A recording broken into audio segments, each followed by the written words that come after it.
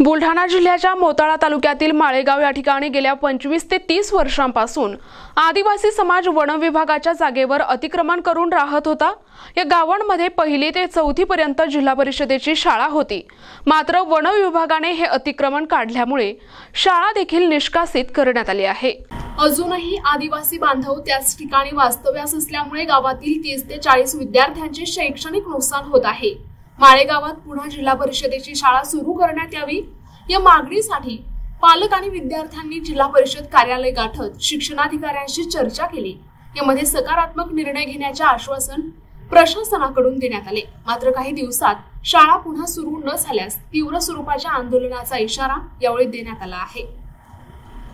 काही दिवसापूर्वी मोताळा तालुक्यातील मौजे माळेगाव येथील वन विभागाने जी शाळा निष्कासित केलेली होती, तिथलच्या आदिवासींना बेघर केलेलं होतं। कालांतराने त्या ठिकाणी ते आदिवासी पुन्हा तिथे जाऊन बसले। आज रोजी तिथे 100 ते 150 लोकांची वस्ती पुन्हा झालेली आहे। परंतु त्याच टायमामध्ये जे शिक्षण विभागाने तिथलची शाळा निष्कासित केलेली होती, आज तिथलचे जवळपास 30 ते 35 मुलं मुली तिथे शिक्षण घेत होते। ते आज ते नाल्या वड्याने इकडे तिकडे फिरून राहिले आणि ते शिक्षणापासून वंचित राहू राहिले। या बाबत आम्ही यापूर्वी देखील डीएफओ असतील, जिल्हाधिकारी साहेब असतील किंवा शिक्षण विभाग, जिल्हा परिषद असेल यांना वेळोवेळी आम्ही निवेदन दिलं, परंतु त्याच्यावर कोणत्याही प्रकारची अशी ठोस कारवाई होत नसल्याने आज मुला-मुलींचे, आदिवासींचे ते सर्वचे सर्व माळेगाव मधले मुलं मुली या ठिकाणी त्यांच्या आई वडिलांसोबत इथं आले होते। आज आम्ही शिक्षणाधिकारी साहेबांना भेटलो, त्यांच्यासोबत संवाद साधला, चर्चा केली आणि त्यांनी आम्हाला आश्वासन दिलं की एकतर आम्ही तुम्हाला वाहन भत्ता देतो, मुलांचं शिक्षणाचं नुकसान होऊ देणार नाही, आणि दुसरं असं की आम्ही डीएफओ आणि जिल्हाधिकारी साहेबांना पत्र देतो की त्या गावामध्ये शाळा पूर्ववत सुरू करण्याची तुम्ही देखील परवानगी द्यावी।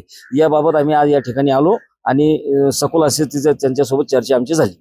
माळेगाव येथली वस्ती शाळा होती, ती फॉरेस्टवाल्यांनी उद्ध्वस्त केली, गाव उद्ध्वस्त केलं आणि आमचे लेकरं जे आहेत ते वन भटकून राहिलेत सध्याच्या घडीला। आता तिथं म्हणजे शाळाचा पर्याय, तिथून शाळा 2 गावामध्ये आहेत, पण त्या 1.5 किलोमीटरच्या अंतरावर आहेत। तिथं मधात नाले आहेत, पूर येतो आणि त्या नाल्यातून पार होण्याकरता लेकरायला म्हणजे तकलीफ, एखादं व्हायला तर पंचायत होईल। याच्याकरता शासनाने जे आमच्या माळेगावमध्ये शाळा होती तीच परत आम्हाला मिळून द्याव आणि ती पुन्हा बांधण्याकरता परवानगी द्याव अशी आमची विनंती आहे।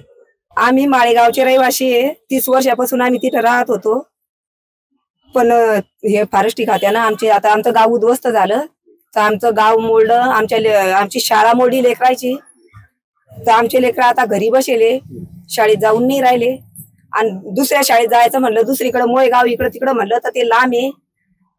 रस्त्यानं वाहन येते जाते, बारीक लेकरं आहे, नदीला पूर येतो, जायची भानगड होती। म्हणून आमचं म्हणणं असं आहे की आमच्या माळेगावातच आमची शाळा द्याव। आमच्या तिथं अंगणवाडी होती, 1 ते 4 वर्ग होता पहिले।